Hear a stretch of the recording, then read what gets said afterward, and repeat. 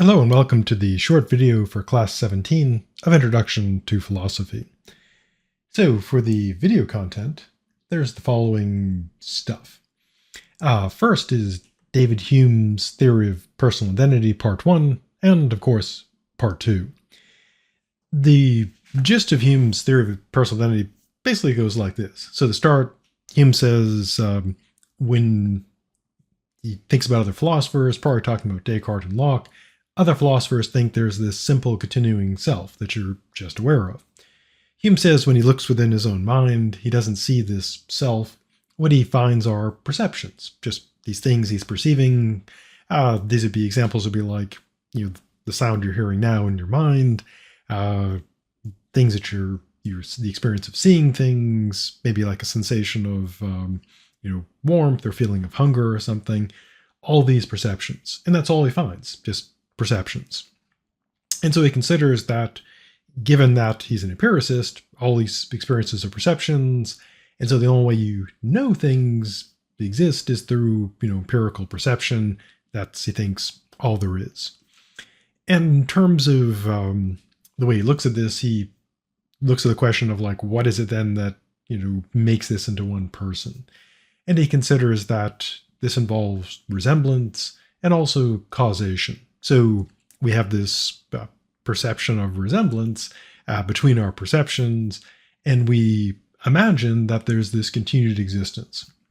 He also considers that there could be, potentially a causal connection, and draws an analogy to a nation or state where, take the United States, for example, a couple hundred years old, but obviously not the same land, not the same people, not the same rules, but there is a causal connection tracing back from today back to the past.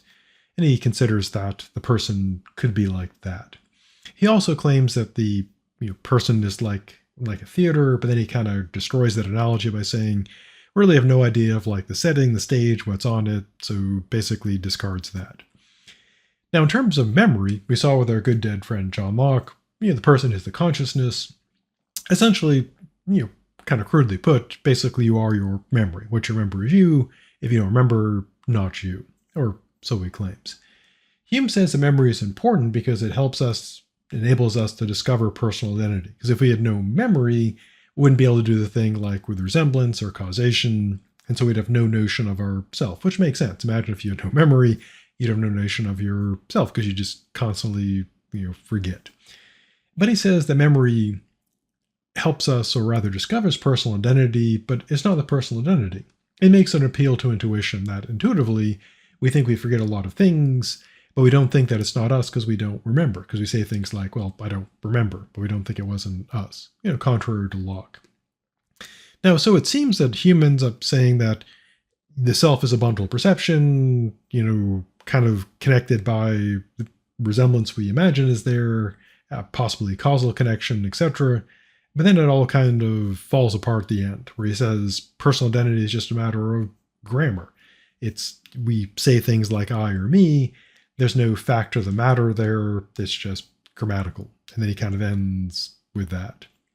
So self is a bundle of perception, but kind of not, kind of grammar. Now this kind of nicely segues into Buddha, his no self doctrine, because in Buddha's no self doctrine, we have the character of Nagasena talking to a king, and the question is, what is the self? And they go through this discussion, essentially eliminating that it could be the body, parts of the body, form, just basically everything. And in the end, they essentially eliminate everything. And if you eliminate everything, you're left with nothing, and hence there is no self. But in classical Buddhism, there is this notion of reincarnation. We're in the world of illusion, we're trapped by our suffering, and we keep on reincarnating. So how does that happen if there is no self? And Nagasena presents two analogies. One is to a flame, lighting like a candle from another candle, and the other is remembering a poem given by an instructor. And he says that's the way, likewise, by analogy, reincarnation takes place without things being, there being a self.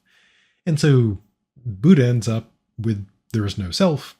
It's kind of similar to Hume, and Hume ends up with like, well, it's all just grammar. Next, we head into the problem of universals, which is we've solved this a bit with Plato, because he addresses this. He's, in a way, kind of the person who really gets it going. And the problem is, as we saw before, it's a question of what, if anything, groups individual entities into classes, into categories. So in virtue of what would all humans be human? In virtue of what would all green things be green? And there are people who are realist about universals, not in the sense of like, we think of realism as like being, really serious about things and not having any time for anything other than, say, like money and practical stuff. It's realism in the literal sense, that a person who's a realist about universals believes that universals are real things. And of course, they disagree about what these real things might be.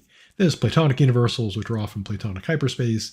There are Aristotelian immanent universals that are here. There are things that are like universals, like tropes, as we'll see, that are here, and it's all strange stuff.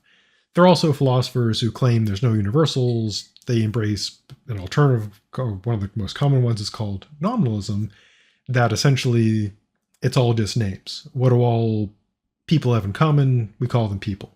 What do all green things have in common? They're just green. Now, as you might imagine, if a person believes in universals, that doesn't commit them to believe that every category is a universal. There can be things that are just purely made up, purely, what they might call social constructs. There's no metaphysics, behind it. So a person could think, for example, that if you say, like, what do all states have in common, like Maine and Florida, etc., you could say, well, there's not like a metaphysical entity that makes these things. They're just, we just make them up. We just make up these, these lines on the maps, and there's no metaphysical reality. So you could be a realist about some qualities. You could believe, for example, that qualities, that humanity, for example, is a real thing, but not believe that, like, laws and necessarily like there's metaphysics behind them. Now, if someone's just anomalous across the board, then everything is just language. It's all just what we call them. Now, one of the big criticisms against nominalism is that if all there is the name, then you could group like anything together because it's just the name. And intuitively, we kind of think, well, you couldn't take like this and my shirt and my watch and just suddenly decide to say, these are all in me, and I'll say like, oh, those are all people, because we'd say, well, kind of going back to Sesame Street, what do these things have in common? Because clearly, none of them belong together, or so it would seem. And nominalists, of course, have ways to reply. And so universals, problem, really popular for a long time, still popular today. We'll look at a reading done by me, published in a couple books. It's called Meeting Yourself. It's also about time travel. And it looks at the question of, how can you make time travel work? Can it work with universals? Can it work with tropes? And the answer is time travel, if it's possible, can, kind of weirdly, it ends up showing you universals are not possible or run into some problems, and that these strange tropes can succeed. But this one's all about traveling through time, and it looks at the question of, can you travel back or ahead in time and meet yourself? This section wraps up with Taoism, taking a look at an excerpt from the Tao Te Ching, which is the book for Taoism, which is we're looking at it from the standpoint of metaphysics, and the Tao is this kind of, it's the way. It's one way to understand it, or try to understand it in kind of a limited, sci-fi way.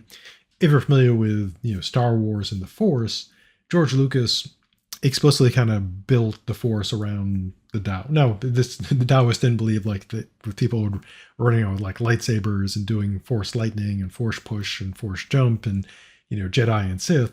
But the idea that there's like a way of things is kind of the core of Taoism. And again, Star Wars is the super sci-fi George Lucas version of that. So that's the contents, beginning with David Hume, personal identity, where he goes off the rails at the end. Buddha, there's no self.